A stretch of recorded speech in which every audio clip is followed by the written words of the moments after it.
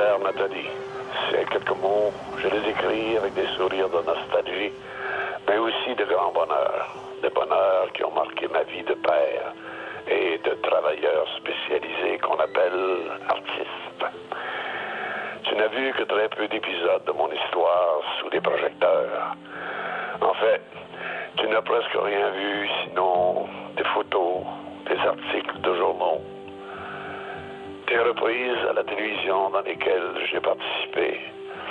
Le 15 avril 1976, on avait laissé tomber le verdict de 3 à 4 mois à vivre. C'est à partir de ce moment-là que tu allais être le témoin et l'inspiration de ma survie.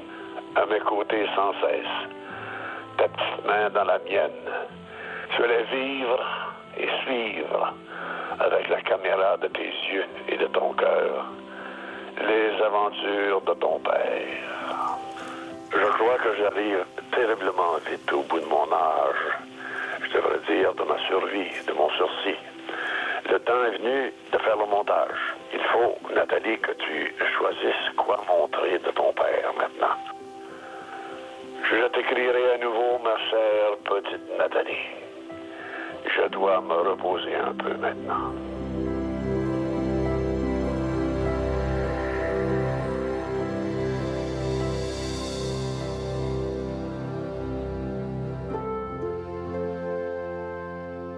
Cher Yvan, je connais bien de toi le créateur passionné et le combattant habité par une soif de vivre sublime et inspirante. Mais ta vie fut coupée en deux lorsque j'avais 4 ans. Et je dois maintenant faire un voyage au cœur de ta mémoire et de ton passé afin d'explorer ta première vie, celle de l'artiste triomphant que je n'ai pas connu.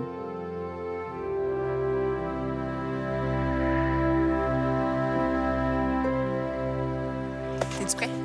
Oui, ma fille. Rouen, here we come. Puis tiens-toi entre les deux fossés. Yes! Youhou!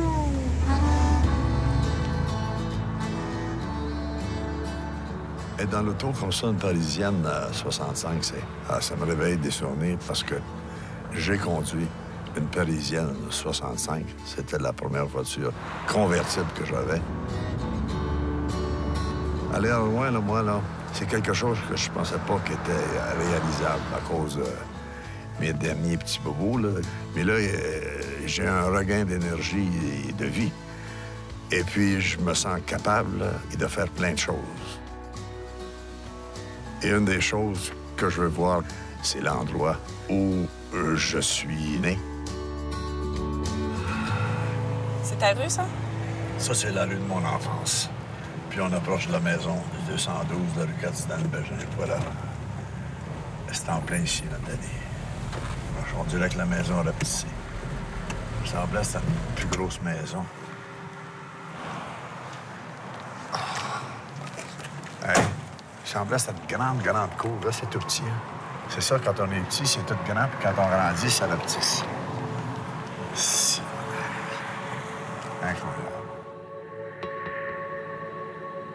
Yvan, c'est un enfant du milieu, dans une famille, avec 2 sœurs plus vieilles et 2 sœurs plus jeunes. Yvan était un enfant élevé avec des filles, alors c'est un enfant doux. C'était pas un petit garçon agressif. Je me suis rappelé de, je pense, qui était son premier spectacle. Il avait peut-être 8 ans. C'était dans la famille, c'était à Noël. Il avait fait des imitations, il avait dansé, à tel point que le lendemain, il était malade. Il était un artiste, puis tu vois, là, il cherchait une façon de s'exprimer. Les tout premiers souvenirs que j'ai d'Yvan Ducharme, je dois avoir 8 ans, donc il y a 13, 14 ans. Je me souviens que j'étais fasciné. J'admirais beaucoup ce garçon-là. Je le trouvais décidé, volontaire, vindicatif. Les spectacles que tu me racontais que tu faisais... Oui, les combats de lutte, combats de boxe. Il y avait André Melançon qui demeurait en haut. 400 maisons d'ici. Yvan montait des spectacles. les enfants. Un petit peu le Cirque du Soleil 40 ans avant le temps. C'est-à-dire qu'ils faisaient des clowns trapézistes. Ils se garochaient après les poutres. Et les enfants étaient invités. Pour entrer, le prix d'entrée, c'était une bouteille vide. On dirait que ça était ici. Ça se peut pas. Hey, il me semblait... Hey, le garage était petit. On faisait la queue parce qu'il y avait quand même une vingtaine de jeunes qui allaient voir le spectacle du groupe. Ça te fait quoi de voir tout ça, là? Ça me bouleverse dans le bon sens. J'ai pas le goût de pleurer, j'ai le goût de rire. Puis la maison? Bien, ils ont fait des changements, évidemment, mais c'est la maison de mes souvenirs. Yvan Ducharme, là, ça a possiblement été mon premier exemple de quelqu'un qui fonce, quelqu'un qui ose. T'as grandi ici jusqu'à quel âge? Ici, jusqu'au décès de ma mère, on a changé quand ma mère... 1954. J'ai beaucoup de choses dans mon cœur qui se bouleversent en ce moment. Moi, je suis chanceux d'avoir eu, mettons, 3 cancers. Ça me permet d'apprécier plus le fait que je suis encore en vie en 2007. Je pensais jamais, moi. Regarde. Hein? OK, attention. OK, attends, tu peux m'en prendre ma pause, là, que tu veux me montrer, là, le star, le mannequin. OK, souris. Ah ah!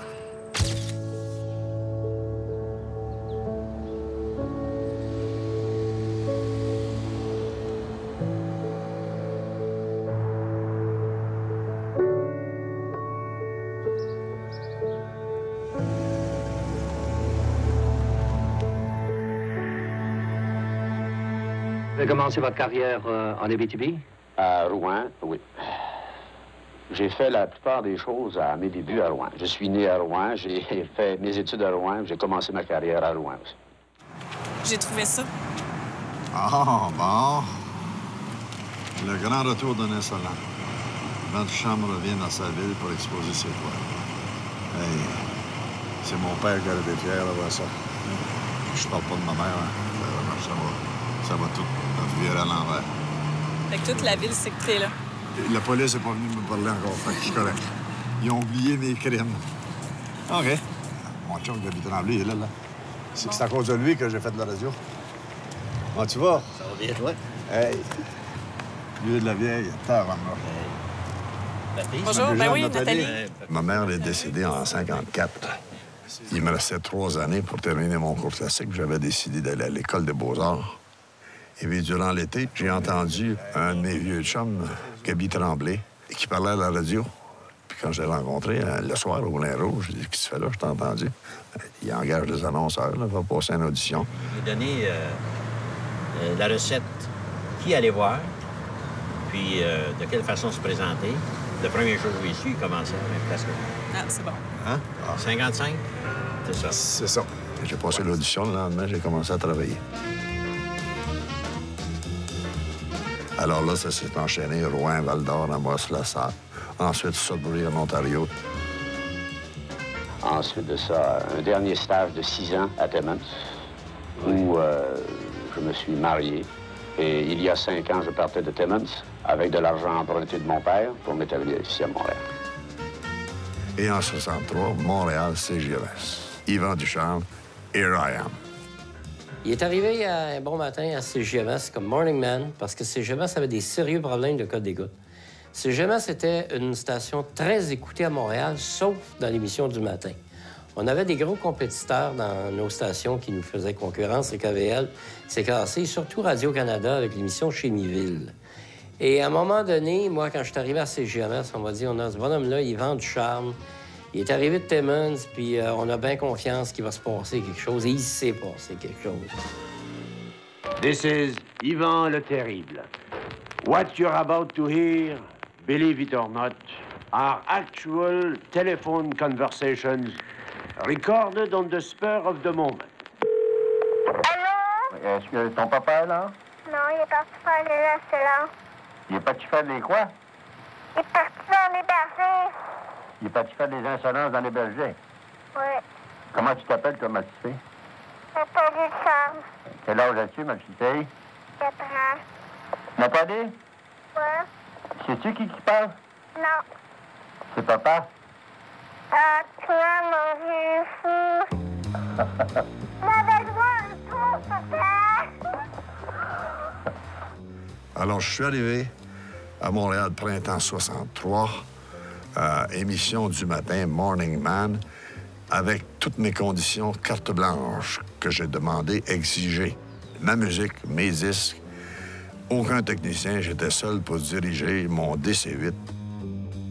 Gérant général, Roy Demers, me fait venir dans son bureau un matin me dire à partir de 2 semaines, on va avoir un nouvel animateur le matin. Yvan Ducharme.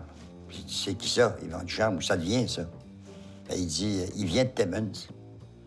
Puis il dit, il fait des choses qui n'ont pas été faites à la radio. Ouais. Mais j'ai dit, c'est un nobody, là. On est à Montréal, là. On est dans la ligne nationale, là. Tu sais, il va venir faire quoi ici? Il dit, attends, tu vas voir, je te demande ta collaboration. Alors, je le vois rentrer. Il était venu 2-3 jours d'avance. Alors, je te vois ce grand sec-là qui rentre. Yvan, c'est un pince sans riz. Fait que, il me dit en chose, et je vais t'apprendre à parler moins vite. Il m'a fait ça. Et c'est le même que j'ai commencé avec Yvan Duchamp. La première année, j'avais amené avec moi mes personnages de chinoiserie. Et je téléphonais à des animaux, j'écrivais des textes. Mon petit ami n'a que 7 ans et demi. À Montréal, j'ai commencé à téléphoner à des gens. Chinoiserie est devenue insolence d'un téléphone. Monsieur Duchamp, dites-moi, dis donc vous attendez. Et là, la bombe a éclaté. Et jusqu'en 70, c'était les insolences d'un téléphone, 3 fois chaque matin, à l'intérieur d'une émission qui s'appelait Ducharme au réveil, qui contenait au moins 22 personnages, qui étaient moi. Puis moi, et Pinot. Puis Jim Bélubi, personne ne le pas. Puis les autres qui suivaient. Son but à lui n'est atteint que lorsque son interlocuteur nage dans l'incompréhension la plus totale. Mesdames, Messieurs, voici l'animateur des insolences au téléphone à la radio, Yvan Ducharme. Les insolences d'un téléphone, une création Yvan Ducharme. Elle pourrait parler à Nancy, s'il vous plaît. Nancy travaille pas. Hein? Travaille pas. Comment ça? Hey, combien de fois vous qu'on le dit, monsieur? Es-tu là, c'est pas là? Nancy n'est pas ici, appelez donc pas. Appelle à Miami, celui-là, ouais. Et ça a carrément pété le feu. Ça a fait un boom dans la radio. Les codes d'écoute se sont virés de bord. CJMS, le matin, était dominant. Penche-moi Nancy, OK? Ouais, ça rien, on va passer à l'intro le téléphone, le maudit cocon. OK, penche-moi là-dessus. Rien. Il s'en vient à Montréal, personne ne connaît, puis en peu de temps, il s'est imposé. Puis c'était sacré, parce que là, il a commencé à chauffer Jacques Proulx. Puis on sait qu'à la radio, le show du matin, c'est ça qui fait déclencher la journée.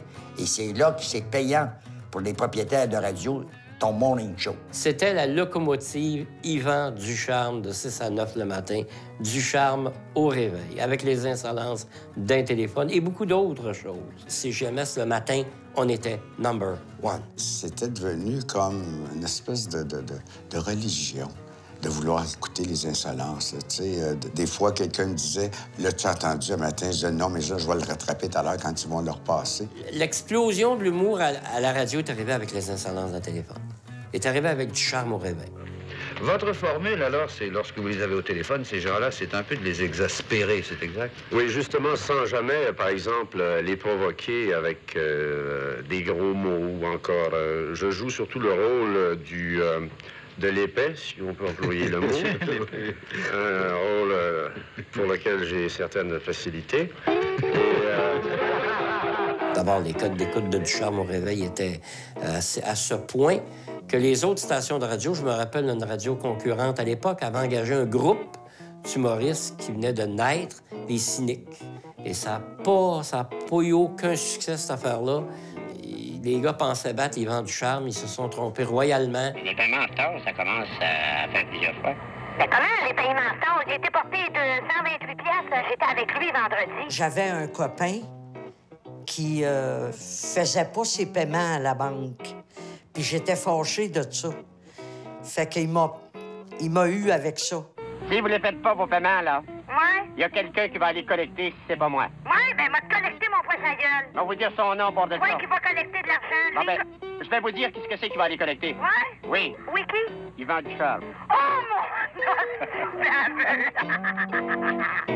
Il pensait d'appeler Yvan le Terrible, toi, je te le jure. Vous l'aviez pas reconnu?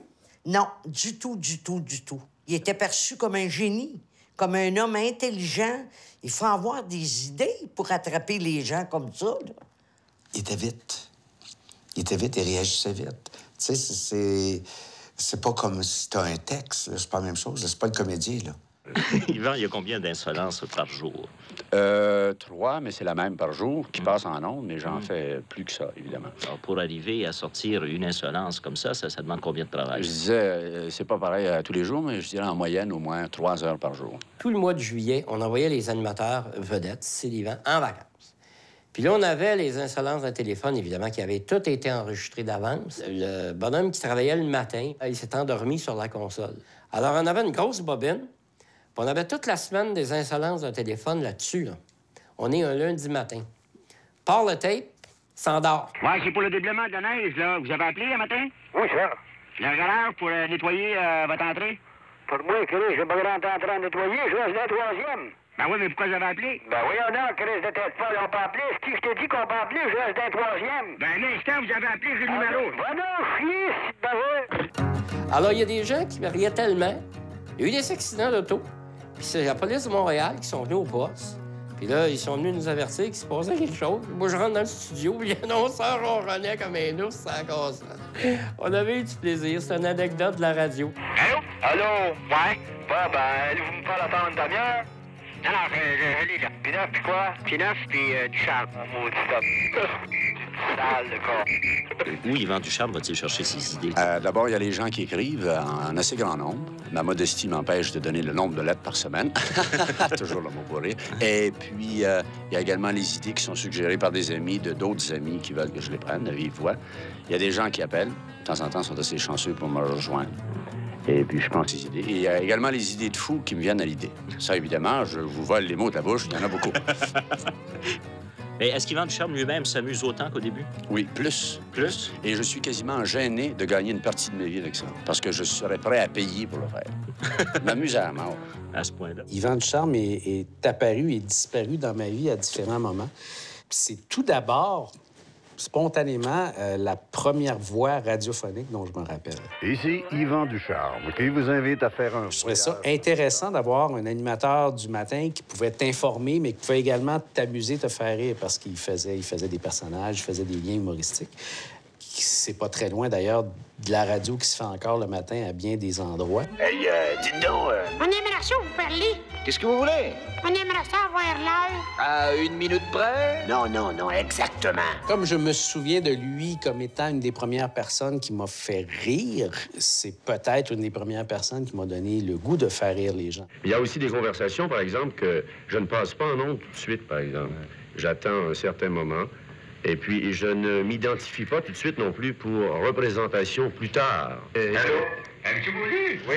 Oui, M. le Réboulu? Oui. Bon, me connaissez-vous? Non, pas du tout. C'est M. Bérubé. M. Bérubé? Oui, on s'était rencontrés à Saint-Anne-la-Bérade. Oui. Aujourd'hui, quand il faut rire, souvent on descend en bas de la ceinture. Yvan trouvait toujours le moyen de faire rire tout le monde sans jamais être vulgaire, sans jamais être déplacé. Il trouvait toujours une façon de mettre, même dans sa déchéance, de celui qui se faisait attraper, de le mettre de bonne humeur et se dire « Ah, c'est vous! » et de penser que c'était un honneur de s'être fait attraper par lui. Il y a énormément de gens qui se sont inspirés d'Yvan Ducharme. Il y a même des humoristes connus qui m'ont dit « Écoute, on était petits gars, puis on écoutait les insolences à CJMS. Il n'y a rien qu'une personne qui a fait des insolences à CJMS, c'est Yvan Ducharme. » Il y en a d'autres, éventuellement, qui ont comme essayé de l'imiter. Mais la façon qu'Yvan le faisait, ça ressemblait à personne. C'était vraiment... il avait sa couleur à lui. Ce qui est assez inouï, c'est que maintenant, il y a des écoles pour ça. L'école de l'humour. Yvan n'a pas eu d'école, ce qui signifie qu'il avait un instinct du tonnerre. Paul Berval, Yvan Ducharme, bonsoir. Je pense qu'on est ici pour parler un petit peu de votre cabaret. Nous avons décidé de de faire quelque chose pour faire rire les gens, parce que nous pensons tous les deux que nous vivons à une époque où on doit rire un peu. Et dans cette revue, je voudrais que le peuple comprenne qu'ici, il n'y a pas de sexe. Sauf lui, évidemment, qui est sexy un peu. Mais dans les textes, bien sûr, c'est un spectacle humoristique propre. Parce que nous croyons tous les deux qu'on peut être drôle et faire rire les gens sans être vulgaire. Non, c'est un peu cochon, mais pas vulgaire.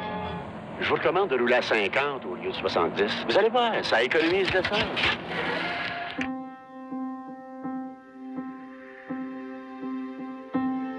Yvan Ducharme était quelqu'un de très, très, très polyvalent, qui faisait beaucoup de choses. Il pouvait faire autant de l'animation, il pouvait jouer.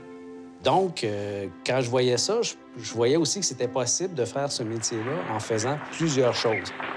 La voiture a été mise à votre disposition. Le chauffeur vous conduira. Vous désirez vous rendre? Nous allons tout près.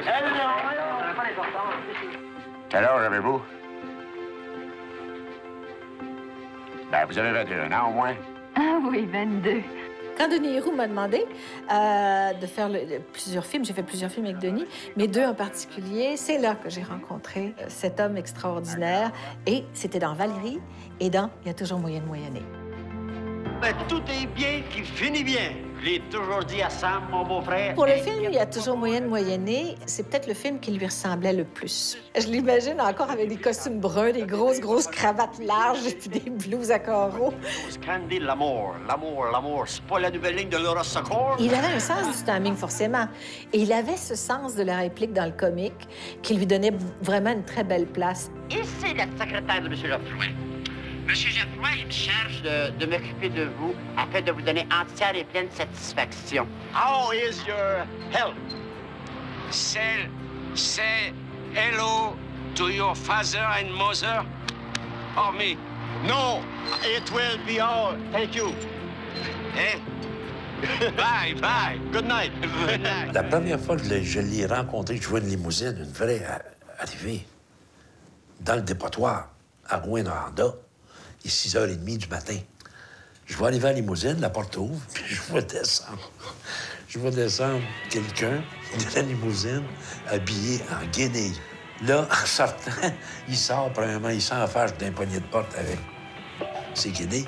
Il se revient d'abord, il me regarde, il me fait un sourire. Je vais vous dire franchement, là. Ça m'a jeté à terre de voir ce sourire-là. Je me suis marré. Et puis moi, j'en revenais pas parce que je me disais, en dedans de moi-même, on n'aura jamais assez d'argent pour le payer, lui, là. Si t'en as jamais mangé une, tu vas en manger une. Délicatement, mais sûrement. Il s'est tout de suite lié d'amitié avec Raymond Lévesque. Ils se sont tout de suite matchés, eux autres, là, puis ça a duré pendant 1 mois, jusqu'à la fin du film. Regarde-moi, essaye de me regarder. Non, Solange puis moi. Solange puis moi. Change-moi. On était sales et méchants. C'était dans le style de film, vivait avec des choses du dépotoir. C'est un film qui m'a marqué. Puis physiquement aussi, j'ai quelques cicatrices aussi, en tombant dans les batailles de ferraille au dépotoir. Alors, on avait nos piqûres de tétanos à la fin du tournage. Des aventures, je pourrais vous en raconter pendant 3 semaines. Je sais mieux pas, pour le bien-être des comédiens qui étaient présents. Les Bergers. Un texte de Marcel Marin. Ça fait un petit bout de temps. C'est Pierre Bruno qui faisait la narration. Oh boy. Hein? Un texte de Marcel Marin. Hey, j'en ai acheté à bout. Monsieur Robert L'Herbier m'avait demandé souvent, avant 70, différentes petites émissions. Et puis, je voulais pas laisser la radio, c'était trop payant et j'avais trop de fun. Puis une liberté totale. Alors, j'ai signé un contrat pour quelques émissions. L'été, c'était les Bergers. Il a dit, c'est toi qui seras Guy Berger dans le téléroman et Rita Bibeau qui sera Madame Berger. Et les Bergers, c'était le premier téléroman du Canal 10. On l'a fait tout l'été. Puis les codes d'écoute étaient pas pires. Fait qu'on l'a enchaîné pour toute l'année. On n'a jamais arrêté. C'était 52 semaines par année. Il n'y a pas un téléroman qui fait ça, qui s'était fait comme ça. 52 semaines par année. Et puis, on a été au sommet des codes d'écoute, numéro 1. On a dépassé le 2 millions. C'était une des premières émissions de Code d'écoute parce que j'en parle parce que c'était important. Et c'était bon pour le salaire aussi. Je n'irai pas dans les détails, mais c'était très bon. J'étais bien jeune. Je faisais mes débuts à la télévision. J'avais 18 ans, puis j'ai décroché le rôle de Ginette dans la nouvelle télésérie Les Bergers. Je suis arrivée à la première répétition, puis j'ai fait la rencontre de toute l'équipe. Alors, j'étais très, très impressionnée.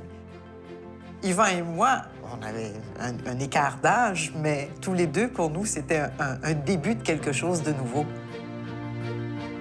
Ça m'a donné l'occasion de jouer avec tous les comédiens que j'admirais. Ça, c'était toutes sortes de belles sensations.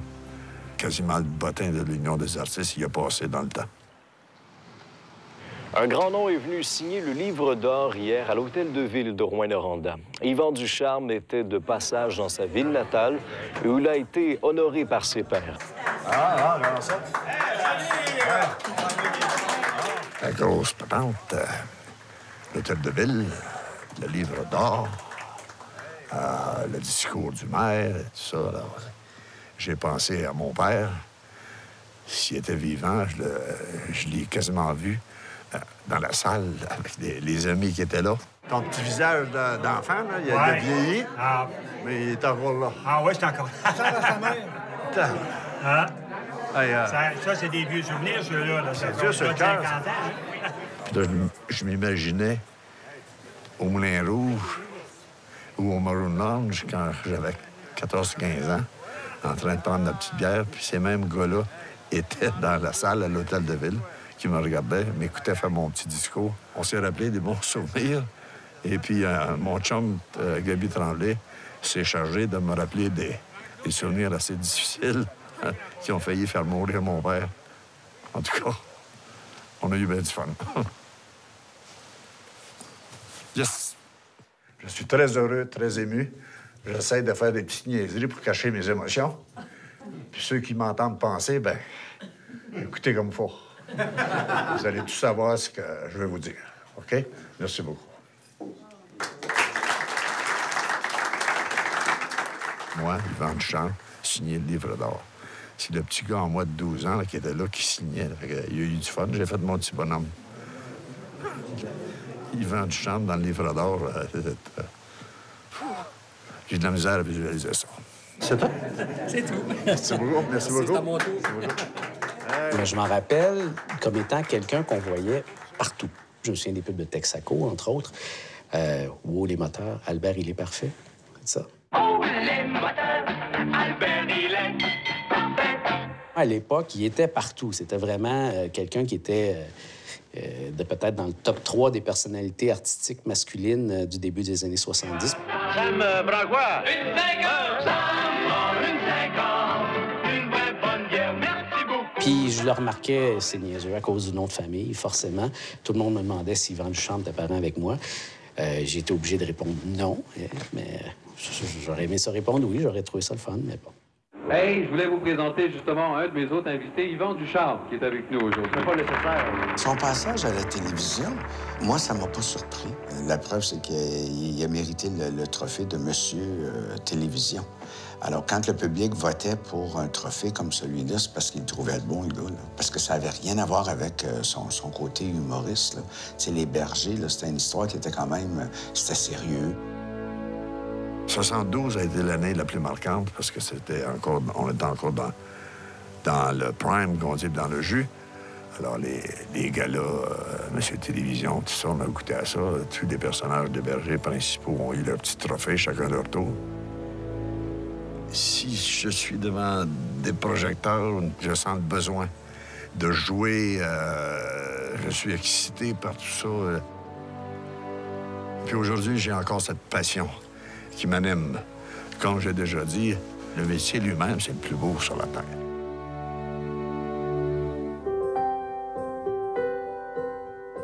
Que d'émotion de découvrir ton illustre carrière dont j'aurais tant aimé être témoin. Un parcours si impressionnant qui me surprend et me bouleverse à la fois. Maintenant, il est temps pour moi de jeter un regard sur ce que j'ai connu de toi. Le batailleur acharné et immuable face aux adversités de la vie, de ta deuxième vie. Vous avez donc un succès énorme. Monsieur Télévision, il y a les bergers, il y a la radio, et vous êtes partout. Et là, 75, une mauvaise grippe.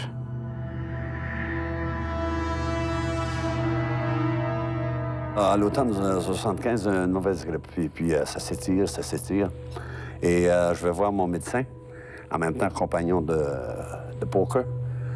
Et puis, il m'a dit, ben, tu t'énerves trop, stress. Prends des Valium avec une bonne petite bière, puis ça va aller mieux. Alors, l'année 76 est arrivée, je tournais des commerciaux pour la compagnie Texaco. J'étais le porte-parole depuis 2-3 ans. Et je traînais avec moi depuis des mois un malaise que je savais pas quoi. Finalement, celui qui est devenu mon nouveau médecin et mon grand ami confident, le Dr Perrier, a dit que, M. Ducharme, vous avez un tumeur au poumon.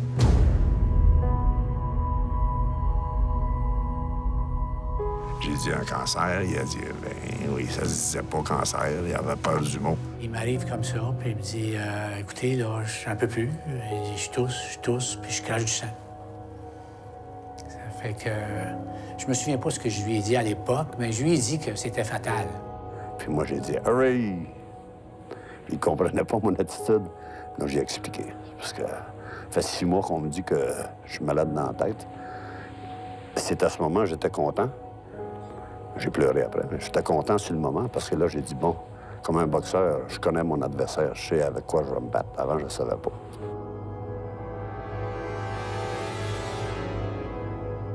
On me laissait sous-entendre que j'étais pas opérable. C'est là que ça a été paniquant. Je les ai convaincus moi-même. J'avais des bons médecins, c'était ça qui m'a aidé aussi. Ils disent, on va ouvrir si tu veux. J'ai dit, ouvrez. Si vous voyez une grande lumière, ça, c'est la lumière que mon chum, je suis connecté en haut, puis la lumière de l'Abitibi. On a des forces spéciales. Et puis, j'ai dit, vous allez voir une lumière. Alors, ça, c'est pas la tête, vous opérez. Alors, je faisais le fanfaron, comme ça. Mm-hmm. En le faisant, je finissais par me croire. Alors, pour pas m'arrêter à l'éventualité de ce qu'il appelait la mort. Moi, j'ai connu Yvan plein de vie, plein de vivacité, plein de charisme, débordant de vitalité. Puis là, quelques mois plus tard, j'apprends qu'il y a le cancer. Non, ça m'a vraiment touché profondément. Le téléphone sonne à ma mère. Puis elle me dit qu'Yvan Ducharme va mourir. J'ai versé plusieurs larmes. Et là, je savais pas quoi faire. Ça m'a dérangé. Je crois quand, en 1976, il y a des médecins qui disaient qu'il n'y en avait pas pour longtemps, je crois qu'en théorie médicale, c'est quelque chose qui était vrai. Mais Yvan, c'était un batailleur.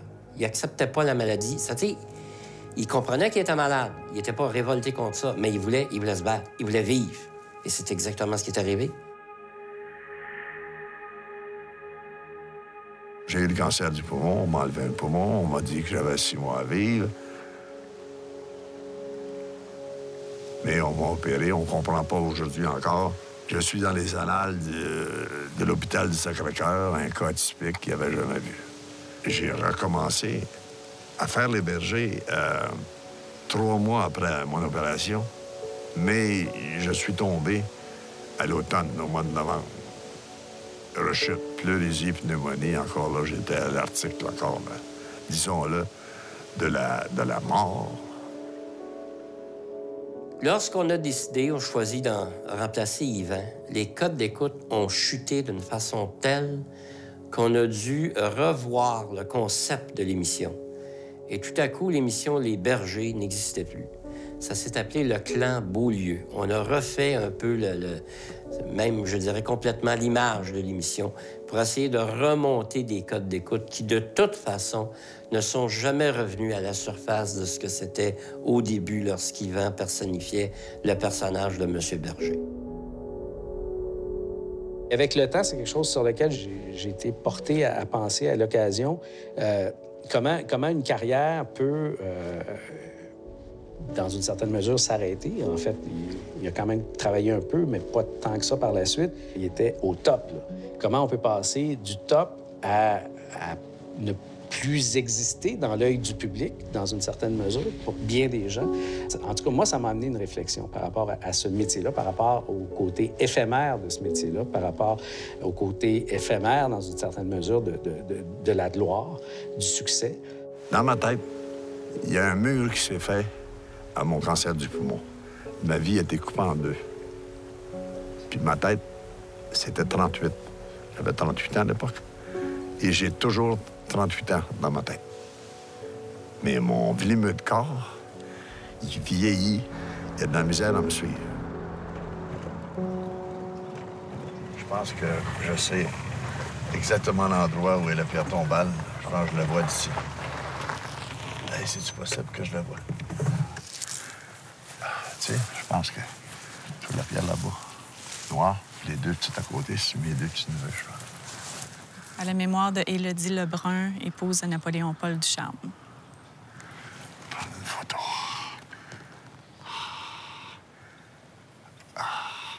Je prends une photo, je vais aller... Oui, je vais prendre une photo de toi, vas-y. Je vais aller souvenir là.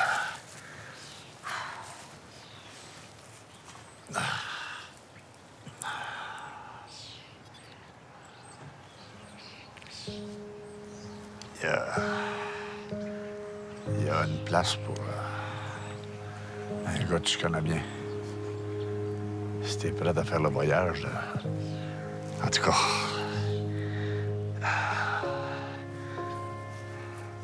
Bon, ben, donne-moi 20 petites secondes, Nathalie, là. Ouais. OK, je vais le jaser un peu.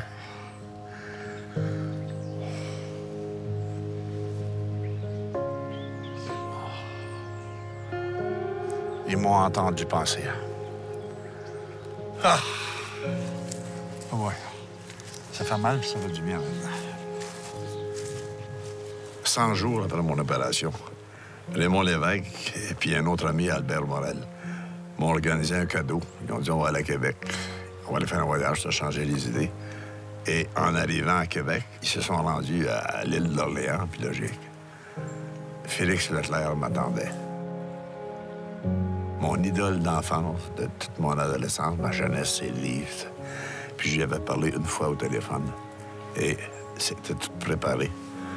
Puis Philippe, puis là, on a juste jasé pendant toute l'après-midi. Il m'a raconté qu'il me regardait à la télévision.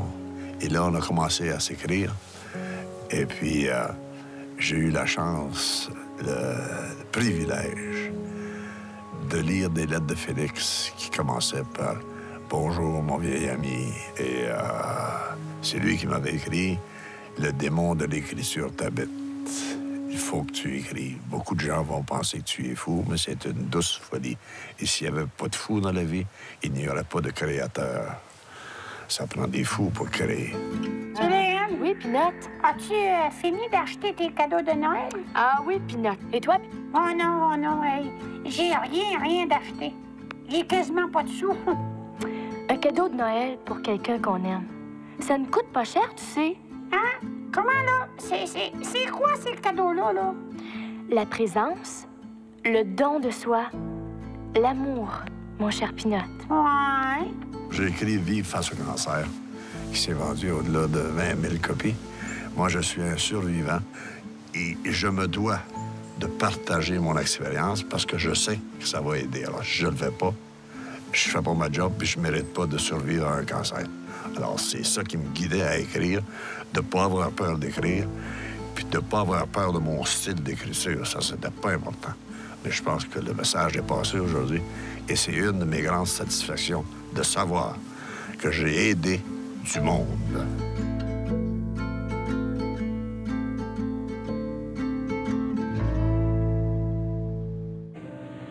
Tu sais que moi, t'es un misérable. Tout ce que j'ai, c'est mon cœur à t'offrir. Ouais.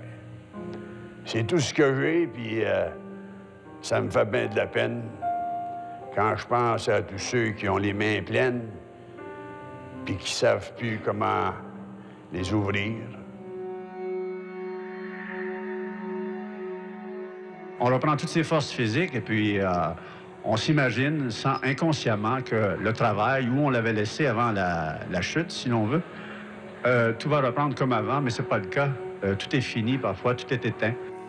La vie continuait et j'étais en forme, plus en forme que jamais. Je suis retourné tout souriant, voir mes amis, les réalisateurs dans les corridors. Bonjour, bonjour. Puis j'ai vu des visages, des fois, qui me regardaient en voulant dire, dans le regard, « Donc, t'es pas mort, toi? T'es pas...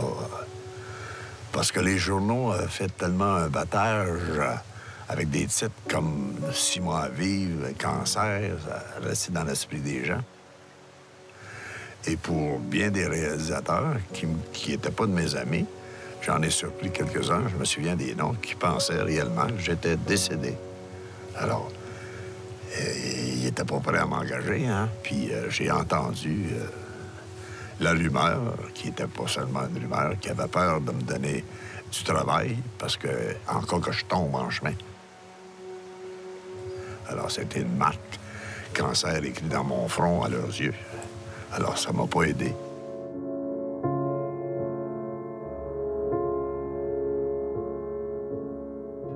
C'est sûr que quand tu connais la maladie dans ce métier-là, il n'y a pas de compassion. Les gens vont dire « Ah, il est malade, on prend pas de chance ». C'est pour ça que des fois, des comédiens vont dire « Regarde, je fais le pas, je suis malade, mais crie-les pas. » Parce que si tu le dis, le téléphone ne sonnera plus. Est-ce que tu trouves que le milieu a été un peu dur envers lui après son cancer? Pas un peu. Le milieu s'est frotté les mains. C'est que lui, il était flamboyant. Et ça dérange, ça. Dans n'importe quelle société, ça dérange. Je me souviens, par exemple, à un moment donné, il y avait une émission qui s'appelait Dominique. Et ça avait été comme un retour pour lui. Bonjour, ma petite dame. Ayez pas peur, là. Je suis pas méchant. Puis même, je peux vous rendre des services. Et ça t'appelle-là? Je pense que ça avait été 1 ou 2 émissions, mais moi, j'avais joué le retour d'Yvan Ducharme à la télévision, dans Dominique, puis bon, tu sais, parce que t'as un autre réalisateur, tout à coup, qui fait une autre émission, qui voit ça, puis qui dit « Ah, ben gars, il est correct comme ça veut dire que c'est... Ah, ben tiens, je peux l'engager, moi aussi. » Ah, s'il vous plaît, monsieur la police, ramenez-moi. Quand même, il y a des réalisateurs et réalisatrices qui m'ont donné la chance d'obtenir des petits rôles ici et là. Je savais pas que t'étais un amateur de course, Mario? Amateur, je vois rien de moi, là. Je couvre à Blue Bonnet tous les soirs. Si j'avais du cash, là, je mettrais tout le moton sur le nez de Bébédard. Il est allé vers sa petite poche, sorti son portefeuille, puis il a sorti une médaille. Il a serré la main à la motte en lui disant « Merci bien », il est disparu dans la nuit. C'est un retour à la télévision dans Entre chien et loup. Mesdames, messieurs, monsieur Yvan Ducharme! Oh!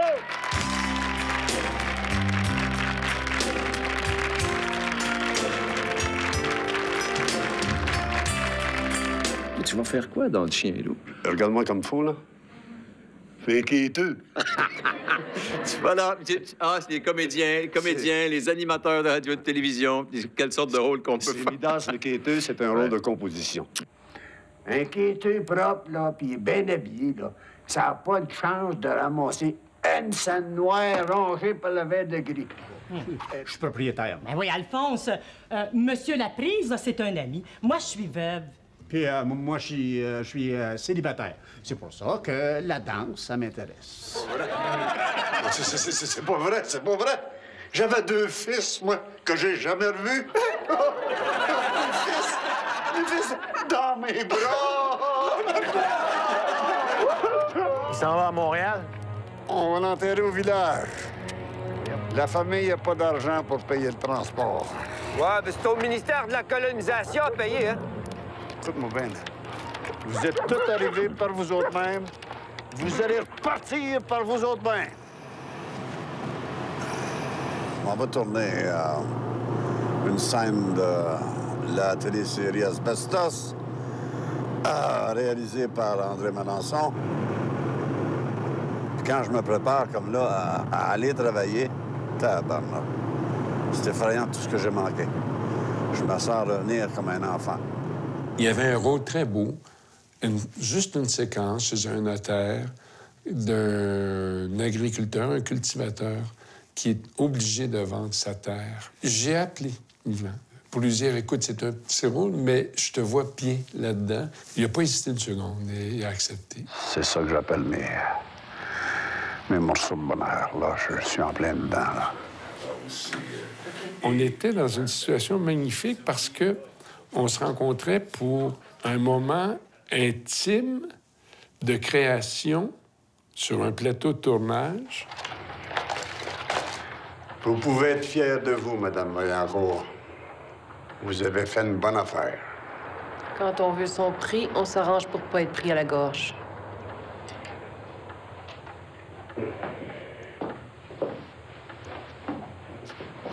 Je vous préviens, là, je vous le dis. Que Dieu vous garde d'un revers de fortune. Il l'a fait avec un dosage tellement merveilleux parce que cette fragilité-là nous émouvait, parce qu'on sentait derrière toutes les années d'endurance que cet agriculteur-là avait menées. Alors, c'est une séquence qu'Yvan a remplie avec tellement de talent et de vérité.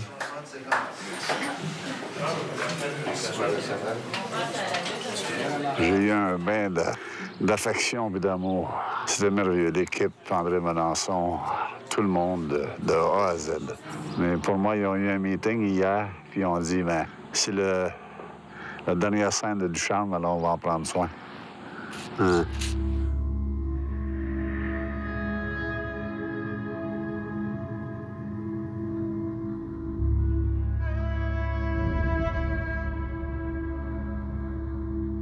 Le cancer du côlon, ça s'est fait d'une façon rapide. Hein. Il était investigué pour des douleurs abdominales et ils ont découvert un cancer du côlon. Qu'on coupe puis qu'on enlève des morceaux sur ça, ça me fait pas peur, ça m'effraie pas. Ça, c'est pour l'instant. On continuera ça si on revient de l'opération. Parce qu'il n'y a pas de garantie pour revenir, hein?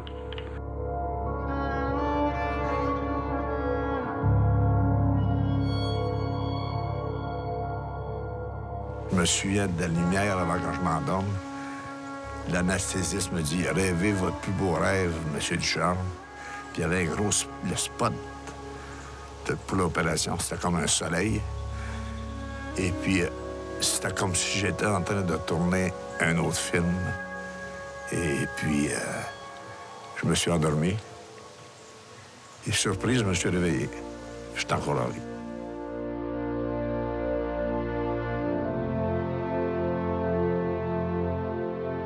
Je me sens très bien, calme, serein, en possession de tous mes moyens, dans la tête, dans le corps, je crois. Aucun mal, nulle part. Quel bonheur, juste de le dire, aucun mal, nulle part.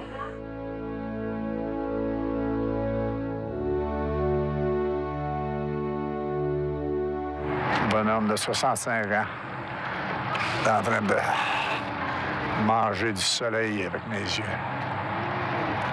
Ah, table. Hein, pas de soleil, qu'est-ce qu'on ferait? C'est du soleil dans ma vie, OK? Affaire de régler.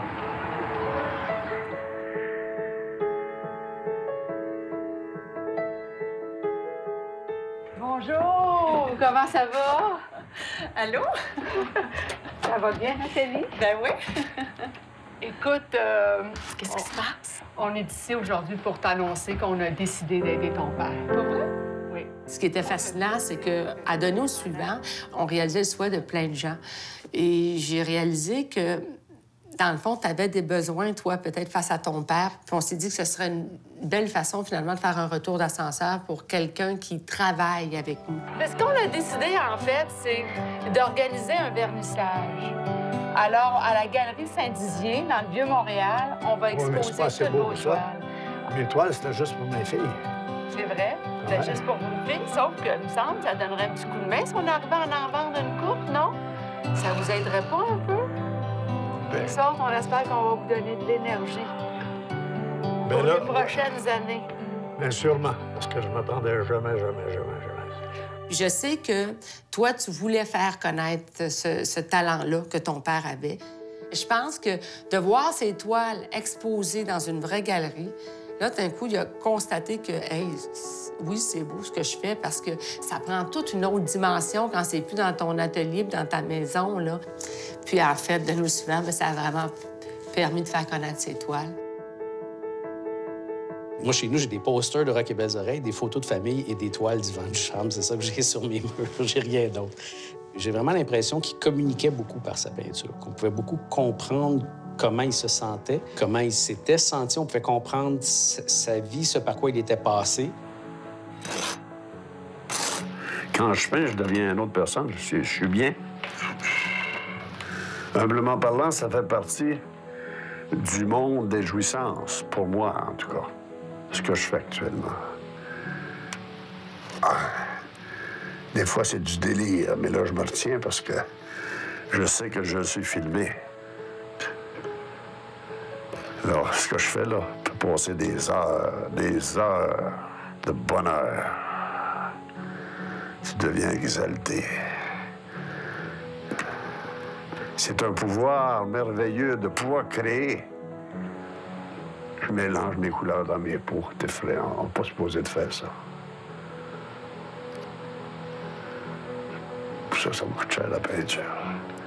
C'est pas grave. Il n'y a pas de limite, il faut se laisser aller. Je suis quasiment fatigué. Quasiment fatigué.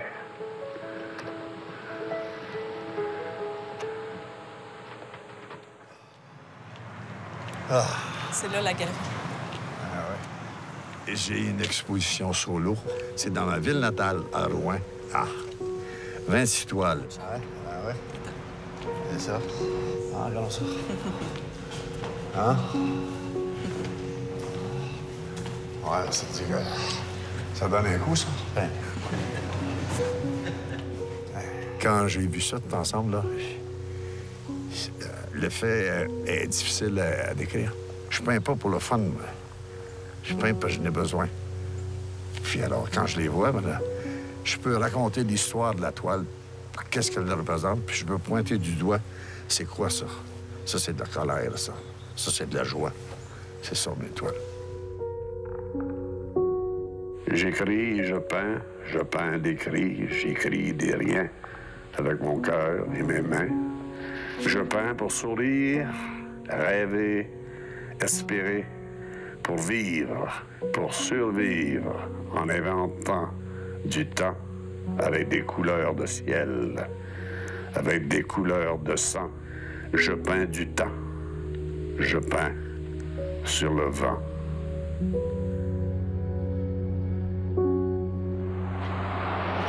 Alors, je vais partir pour Montréal avec mes 2500 photos de Rouen. J'ai des photos à regarder pour les prochains 5 ans. Merci beaucoup. Goodbye, Rouen. Arrivederci, Rouen. Arrivederci, Roma. Amen. Dieu gracias. Bonne journée. Merci, Rouen. Goodbye.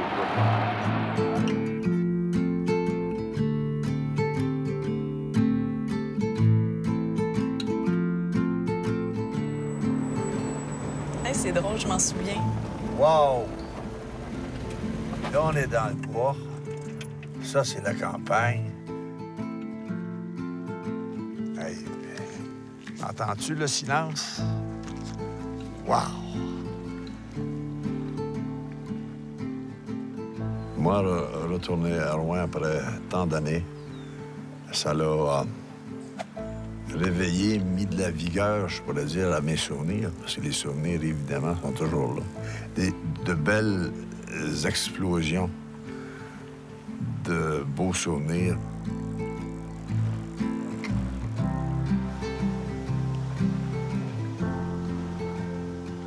Puis comment t'as trouvé ça, Rouen? Merveilleux.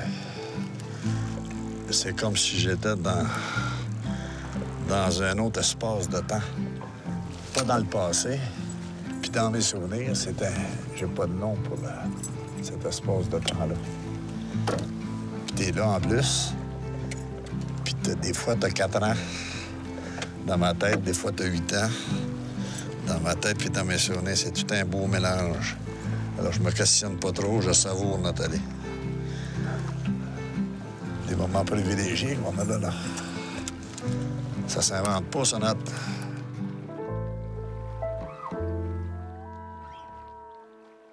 Imaginez en 71, brûlure au visage à cause d'une explosion. 73, accident de voiture grave. 76, cancer du poumon. On lui enlève le poumon droit. 1976, poumon, une rechute, pleurésie, bronchite, pneumonie. 1980, infarctus. 1987, ACV. 1996, ACV numéro 2. 2001, cancer du côlon. 2002, opération au côlon. On lui enlève 32 pouces. 2003, pancréatite aiguë, diabète, insuline et complications. 2004, cancer de la prostate. 2005, radiothérapie, 42 traitements. Et 2006, rémission. Je veux rencontrer cet homme parce qu'il y a sûrement un secret qu'on ne connaît pas. On le rencontre dans quelques instants, M. Yvan Ducharme. Oh.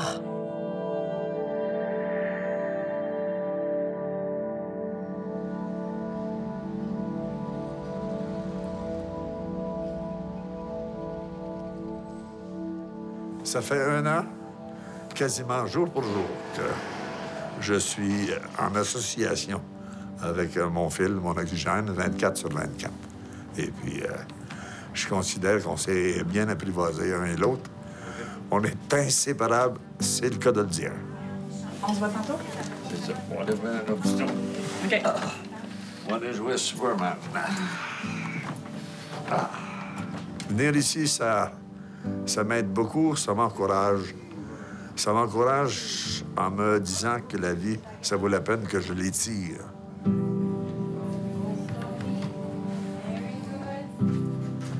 Et moi, je fais de la marche dans les corridors. C'est ce qui est le meilleur pour moi dans ma condition. Toujours sous la supervision de Louise, l'inhalothérapeute, qui est ici depuis les tout débuts. C'est à votre goût? Des fois oui, des fois non. Okay. M. Ducharme a une maladie, on appelle ça la MTOC, c'est une maladie pulmonaire obstructive chronique. C'est une maladie qui rend les gens essoufflés. Et c'est des gens qui font de l'emphysème, de la bronchite chronique. Donc, c'est un peu difficile pour eux. C'est pas si mal. Il y a des journées plus difficiles que d'autres, hein? Ouais. Ouais. Quand je viens ici, Louise, c'est comme mon rayon de soleil. C'est mon deuxième souffle.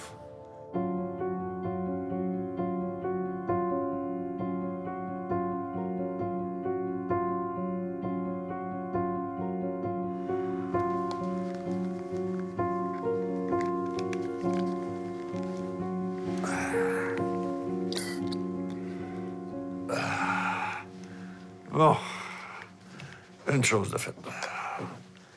Bonjour, là. Bonjour. Bon, comment tu te sens, là? Ah, ça sent bien, pas pire. Ouais. C'est énervant pas mal, mais ça prend ça pour l'énervement, pour apprécier ce qui s'en vient. Et je ne sais pas ce qui s'en vient. Non, c'est des secrets. Alors, je poserai pas de questions. Mon père disait, si tu veux pas qu'on te compte des menteries, pose pas de questions. Bon, OK. Fait que, t'es prêt? On peut y aller? On peut y aller. Ouais. Mon hélicoptère est prêt toujours. Oui, ça s'en vient. Tous les pilotes sont là. Ça va en prendre plusieurs, on s'en va loin. Là. Ouais. Oh. Bon. 1 minute. Oh, on attend l'auto. Ah, ça. Ah. Ah. On va se faire conduire. Ah. Fun, non? Ah oui, mais les voisins vont penser que j'ai gagné à 6,49. Ben non. Merci beaucoup. Tu t'en vas dans un événement parce qu'on fête tes 75 ans, Ouais. 55 ans de carrière, Déjà? puis 36 ans de survie avec un poumon. Ouais. Tu n'oublies, là. T'as oublié d'autres bobos que j'ai eu, là. Ouais. J'ai une grande liste, à quelque part, là. J'ai organisé une fête pour... En fait, l'occasion était belle parce qu'il y avait ses 75 ans d'âge. Alors, je me disais, regarde, on saute là-dessus, puis il pourra pas reculer, il pourra pas dire non. Et il m'avait dit, mais-en pas trop. Mais il m'a laissé aller, puis j'ai été très heureux qu'on puisse lui rendre hommage, que les gens viennent lui dire leur appréciation, leur amitié, leur amour, leur affection. C'était le but. Puis je pense que il nous a laissé le gâter. Puis je dirais jamais assez merci. Vous êtes celui qui a fait trembler toutes les antennes radio du Québec et même du Canada dans les années 60 et 70. Vous êtes celui qui avait pavé la voie aux autres générations d'animateurs. Vous êtes celui par qui l'humour est entré dans des milliers de foyers québécois. Vous êtes celui qui a établi les bases d'une bonne émission de radio matinale. Yes, sir. Monsieur Ducharme, votre talent n'a pas de frontières, que ce soit à la télé, au cinéma ou en peinture. Mais pour moi, c'est surtout à la radio que vous m'avez fait vivre mes plus beaux moments. C'est grâce à des pionniers comme vous, Yvan Ducharme, que nous sommes aujourd'hui ce que nous sommes, des professionnels de la communication, des amoureux de notre métier, des passionnés de radio. Merci, Yvan Ducharme, de m'avoir inspiré. Votre mémoire restera à jamais gravée et ainsi, vous deviendrez éternel. Merci.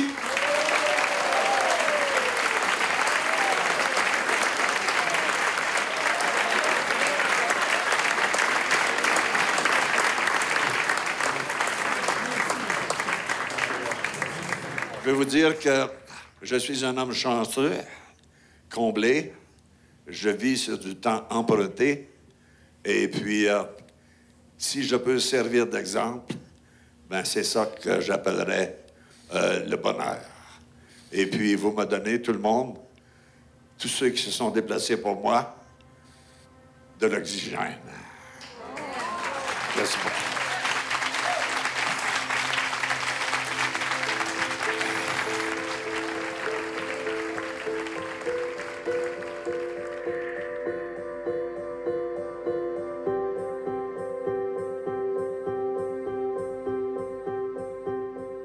Quand la première fois j'ai vu ces toiles, j'étais impressionné. J'ai dit, c'est toi qui fais ça.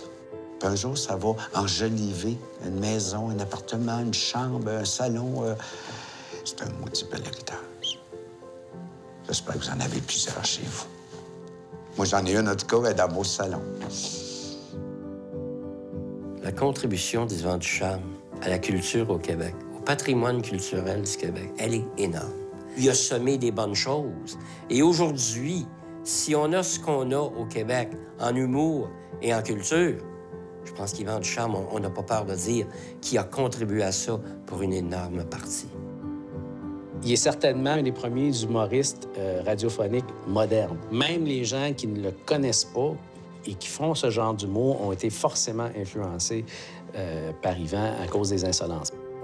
Hein, il est arrivé dans la grande jungle à Montréal. Il a ouvert la porte à bien des jeunes. Il n'a jamais plié les genoux. Et c'est ça qu'il laisse. Le respect des autres, le respect de soi-même, ça n'a pas été une putain dans ce milieu-là. Yvan Ducharme, c'est un rebelle. Parce qu'en quelque part, je pense qu'il n'était pas complètement civilisé. Heureusement. Comme tous les rebelles, d'ailleurs, qui refusent une partie de cette civilisation-là. Puis que leur révolte amène des changements. C'est ça qui amène un changement quelque part. C'est très important, ce qu'Yvan Ducharme fait au Québec, de dire que l'insolence n'est pas un péché. Et son legs culturel, et plus que ça, social aux Québécois, c'est l'insolence. La vie mérite d'être vécue jusqu'à la dernière seconde. Des passions, il faut que tu en aies jusqu'à la dernière seconde. C'est ce que je vais retenir, moi, d'Yvan Ducharme. C'est ça qui va m'avoir légué. Je pense que son plus grand accomplissement, c'est sa vie en général. Et c'est une grosse tranche de notre histoire. Ça a été un roi du début à la fin. Cher papa, ton courage et ta ténacité m'insufflent un vent d'espoir. Car face aux tribulations de la vie, jamais tu n'as baissé les bras. Et ta passion contagieuse de créer en a inspiré plusieurs, moi la première. Je te remercie de m'avoir fait connaître la vie et je remercie la vie de m'avoir permis de connaître les vies de mon père. Et puis aujourd'hui, là, ça m'a permis de regarder ma vie un peu, ce que j'ai fait, ce qui est arrivé, mes maladies, mes cancers, mes pseudo-exploits de radio, de télévision. Et puis, je me rends compte que J'ai été un homme privilégié, chanceux, et je pourrais même dire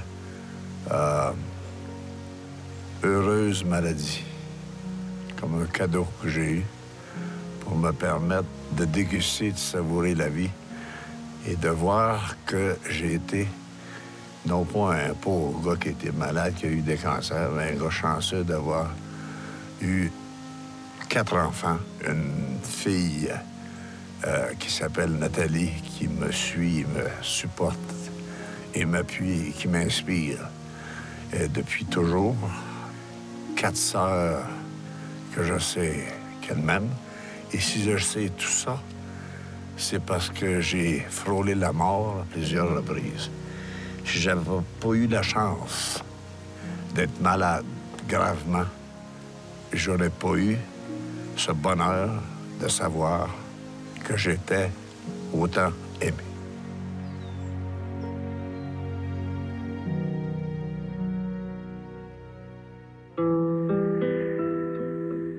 En arrivant, au nom de mon frère, au nom de mes 2 sœurs, on va dire qu'on est fiers de toi, puis qu'on t'aime. Tu peux maintenant peindre sans fil au bout du nez. Tu peux peindre des couchers de soleil en grandeur nature maintenant. Puis à chaque fois que je vais voir un coucher de soleil dans le ciel, je vais savoir que c'est toi qui nous salue. Il y a tant de ponts à bâtir, tant de routes à finir, tant de fleurs à cueillir, tant d'amour à offrir et si peu de temps.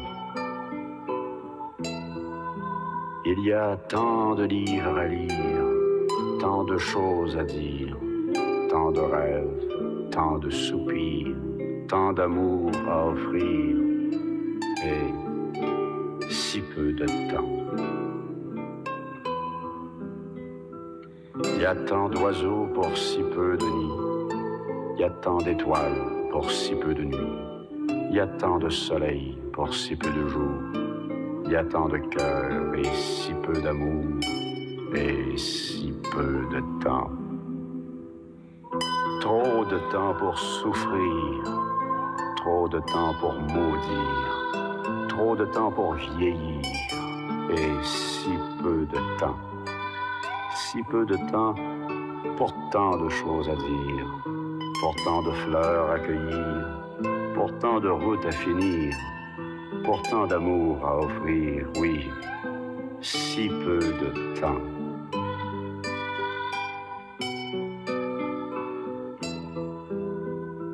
Et ça fait si longtemps que je l'attends le temps, que j'ai peur maintenant, car je sais et je sens que lorsque je l'aurai le temps, quand enfin j'aurai le temps, ce sera juste le temps de partir.